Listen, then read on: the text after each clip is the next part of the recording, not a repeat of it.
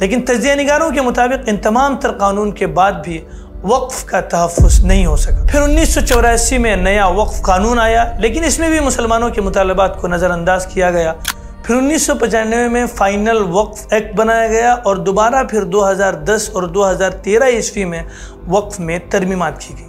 آخری وقف ایکٹ میں کسی حد تک مسلمانوں کے مطالبات کو سنا گیا تھا اور کچھ امید تھی کہ اگر اس قانون پر ایمانداری سے عمل ہوتا تو اوقاف کا بہتر استعمال ہو سکتا تھا، لیکن ایسا نہیں ہوا اور اب 2024 عیسوی میں حکومت نیا ترمیمی بل لے کر آئی ہے۔ اس وقت ہندوستان میں سچر کمیٹی کی رپورٹ کے مطابق 9 لاکھ ایکڑ سے زائد زمینیں اوقاف کی ہیں۔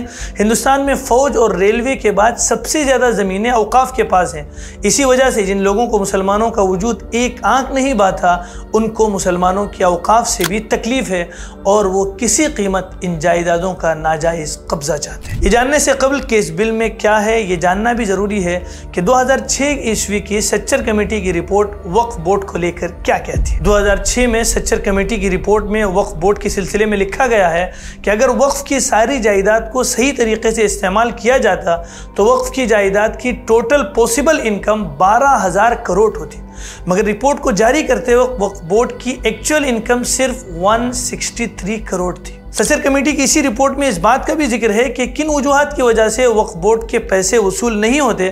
اس کی ایک وجہ یہ بتائی گئی ہے کہ وقف بورڈ کے متولی کی طرف سے بعض کوتاہیاں دیکھی گئی ہیں۔ دوسری وجہ یہ لکھی گئی ہے کہ وقف بورڈ کی اراضی پر کسی شخص یا بعض جگہ پر تو سرکاری ایجنسیوں نے بھی قبضہ کیا ہوا ہے، جس کی وجہ سے پیسے نہیں آ رہے ہیں، اور یہ قبضہ بھی 2 طریقے پر نظر آتا ہے۔ ایک تو مکمل قبضہ کیا ہوا ہے، اور اگر کرایہ کچھ دیا بھی جا رہا ہے تو وہی پرانے زمانے کے حساب سے ہی دیا جا رہا ہے۔ تو یہ تھی بعض حقیقتیں جسے سامنے رکھنا ضروری تھا۔ آئیے اب آگے جانتے ہیں کہ اس نئے بل میں کیا ہے۔ تجزیہ نگاروں کے مطابق ہمیشہ کی طرح حکومت نے مسلمانوں کو یہ جھانسا دیا ہے کہ یہ قانون مسلمانوں کے مفاد کے لیے لایا گیا ہے اور اس بل سے خواتین، بچوں اور کمزور مسلمانوں کو فائدہ ہوگا۔ اس بل کا سمرتھن کیجئے، کروڑوں لوگوں کا دعا ملے گا۔ لیکن اس بل کی سب سے بڑی خرابی یہ ہے کہ وقف مسلمانوں کا مذہبی عمل ہے اور اس کے احکامات فقہ کی کتابوں میں مذکور ہیں، اس کے خلاف کرنا درست نہیں ہے۔ لیکن حکومت نے اس ترمیمی بل کا خاکہ بناتے وقت کسی بھی مسلم تنظیموں یا علماء کرام سے مشورہ نہیں کیا ہے۔ اس ترمیم میں ایک بڑی تبدیلی یہ کی گئی ہے کہ اب نئے وقف کونسل میں چاہے مرکزی یعنی سینٹرل وقف بورڈ ہو یا اسٹیٹ وقف بورڈ، اس کے ارکان میں اس کے جو اراکین رہیں گے، بوڈی رہے گی، اس میں غیر مسلم بھی شامل ہوں گے، بلکہ وقف بورڈ کا چیف ایگزیکٹو غیر مسلم بن سکتا ہے۔ اسی طرح وقف کا CEO غیر مسلم بن سکتا ہے۔ سوال اس وقت کھڑا ہوتا ہے جب ہندوستان میں دیگر مذاہب کی مذہبی جگہوں کے قوانین کو دیکھا جاتا ہے کہ وہاں ان کے مذاہب کے وکلاء کسی دوسرے مذہب کے ماننے والوں کو شامل نہیں کرتے۔ چنانچہ اسی تناظر میں دیکھیے کہ گرودوارا کمیٹی میں کوئی مسلمان نہیں ہوتا اور ہندوؤں کی جو مندر وغیرہ کی کمیٹی ہوتی ہے اس میں کوئی مسلمان ممبر نہیں ہوتا۔ یوپی، کیرلا، کرناٹک، تمل ناڈو میں ایسے قوانین ہیں کہ ہندو مذہبی املاک کے معاملات میں ہندو ہی اس کا ممبر ہوگا، تو پھر وقف بورڈ میں کوئی ہندو کیوں کر ممبر ہوگا اور اس کے مرکزی عہدوں پر ہندو کیسے آ سکتا ہے؟ کیا یہ مسلمانوں کی املاک کو غیر مسلموں کو دینے جیسا نہیں ہے؟ جبکہ قانون کے اعتبار سے غیر مسلم وقف نہیں کر سکتا تو وقف کا ممبر کیوں کر ہو سکتا ہے؟ جانکاروں کے مطابق یہ شک خود حکومت کے منشا پر ہی سوال کھڑے کر رہی ہے کہ اس کے ذریعے وقف کی حیثیت کو تبدیل کرنا اور اس کا غلط استعمال کرنا ہے۔ جبکہ اس مرکزی کمیٹی میں غیر مسلم ہوں گے تو نیچے بہت سے عہدوں پر بھی یقیناً بہت سے غیر مسلم ہوں گے۔ اسی طرح وقف بورڈ کے ذریعے اگر چند مسلمانوں کو ملازمت مل جاتی ہے وہ بھی خطرے میں پڑ سکتی ہے۔ اس نئے ترمیم میں یہ بھی ہے کہ وقف کی گئی جائیدادوں کو کس طرح استعمال کیا جائے اس کو حکومت تعین کرے گی، اور ظاہر ہے کہ قانون وقف کے اصول کے خلاف ہے، اس لیے کہ اسلام میں مستقل وقف کا ایک باب ہوتا ہے جس میں وقف کے احکام کو تفصیل سے بیان کیا جاتا ہے۔ اسلامی اصول کے مطابق جہاں مسجد وقف کے احکامات الگ ہیں تو وہیں مدارس کے وقف کرنے کے احکامات الگ، اور اسی طرح دوسرے اوقاف کے احکام الگ ہیں۔ اسلام میں بھی صراحت ہے کہ اگر وقف کرنے والے نے وقف کرتے وقت اس وقف کا مصرف یعنی اس کو کن کاموں کے لیے وقف وہ کر رہا ہے یہ طے کر دے گا، تو جس طرح شریعت میں جو چیز صراحت کے ساتھ ہے اس پر عمل کرنا ضروری ہے، اسی طرح اس وقف کرنے والے کی شرط پر عمل کرنا بھی ضروری ہے۔ جس طریقے سے نماز پڑھنا ضروری ہے اسی طرح اس وقف کرنے والے کی شرط پر عمل کرنا بھی ضروری ہوگا۔ حتیٰ کہ اگر واقف نے، وقف کرنے والے نے مدرسے کے نام پر چیز کو وقف کیا ہے، جائیداد کو وقف کیا ہے، تو اس کو مسجد میں استعمال کرنا، یا قبرستان کے نام پر وقف کیا ہے تو اس کو مدرسے میں استعمال کرنا شرعی طور پر درست نہیں ہوگا۔ جبکہ اس لائے جانے والے قانون کے مطابق حکومت وقف کو جہاں چاہے گی استعمال کر سکتی ہے، جس کے دو بڑے نقصانات ہوں گے۔ ایک تو یہ کہ وقف کی جائیدادیں مسلمانوں کے ہاتھوں سے نکل جائیں گی، اور دوسرا بڑا نقصان یہ ہوگا کہ مسلمان وقف کرنے سے رک جائیں گے اور بہت بڑے خیر سے محروم ہوں گے۔ کیوں رک جائیں گے؟ کیونکہ انہیں معلوم ہوگا کہ دین کے کاموں کے لیے اس کا استعمال نہیں کیا جا رہا ہے۔ نئے قانون میں یہ بھی ہے کہ جو شخص اسلام پر 5 سال سے زندگی گزار رہا ہے، یعنی جو اسلام لا کر جس کے 5 سال گزر چکے ہیں، وہی وقف کر سکتا ہے۔ جس کے اسلام میں داخل ہوئے ابھی 5 سال نہیں ہوئے، اس کا وقف قابل قبول نہیں ہوگا۔ ظاہر ہے کہ یہ بھی اسلامی شریعت کے اصول وقف کے خلاف ہے۔ اسلام میں تو غیر مسلم کا بھی وقف کرنا درست ہے۔ یہاں آپ کو یہ بتاتے بھی چلیں کہ اس سے پہلے جو وقف بورڈ کی زمینیں ہیں، اس میں سے بعض زمینیں ہندو راجاؤں اور مہاراجاؤں نے بھی وقف کی ہیں جو کہ غیر مسلم تھے، اور ان کا وقف اسلام قبول کرتا ہے۔ جبکہ اس نئے قانون میں اگر آپ دیکھیں تو اس میں یہ لایا گیا ہے کہ مسلمان ہونے کے بعد بھی اس کا وقف درست نہیں ہے۔ یہ ایک مسلمان کو ایک عبادت کی ادائیگی سے روکنے کے مترادف ہے، اور مسلمان کو کسی عبادت کی انجام دہی سے روکنا خود دستور ہند سے دیے گئے بنیادی حقوق کے خلاف ہے۔ دستور کی دفعہ 25 میں ہے کہ ہر شخص کو آزادی سے مذہب قبول کرنے، اس پر عمل کرنے اور اس کی تبلیغ کرنے کی اجازت ہے۔ اسی طرح دفعہ 26 میں ہے کہ ہر شخص کو اپنے مذہبی اور خیراتی اغراض کے ادارے قائم کرنے اور از خود اس کا انتظام چلانے کا اختیار ہے۔ اس نئے ترمیمی بل میں ایک شق یہ بھی ہے کہ جو اوقاف کی جائیدادیں باضابطہ طور پر وقف کرنے والے کی طرف سے رجسٹرڈ نہیں ہیں، بلکہ اسے صرف وقف کے طور پر استعمال کیا جاتا ہے، اسے وقف تسلیم نہیں کیا جائے گا۔ وقف کے درست ہونے کے لیے رجسٹرڈ ہونا لازم ہوگا۔ یہ قانون بھی اسلام کے اصول وقف کے خلاف ہے، اس لیے کہ حضرات فقہا نے زبانی طور پر وقف کو درست قرار دیا ہے۔ یعنی کوئی زبانی طور پر کہے کہ میں نے یہ زمین وقف کی تو اس کو بھی درست قرار دیا گیا ہے اسلام میں۔ اس قانون کی بنیاد پر بہت سی جائیدادیں وقف ہونے سے نکل جائیں گی اور حکومت ان جائیدادوں پر اپنا تسلط حاصل کر سکتی ہے، اس لیے کہ ہندوستان میں اوقاف کی تاریخ بہت پرانی ہے اور بہت سی مساجد جو 400 یا 500 سال پرانی ہے، ظاہر ہے کہ ان کا کوئی ریکارڈ تلاش کرنا ممکن نہیں ہے۔ اس کے وقف ہونے کا یہی ثبوت ہے کہ اس کو اتنے سالوں سے بطور وقف کے استعمال کیا جا رہا ہے۔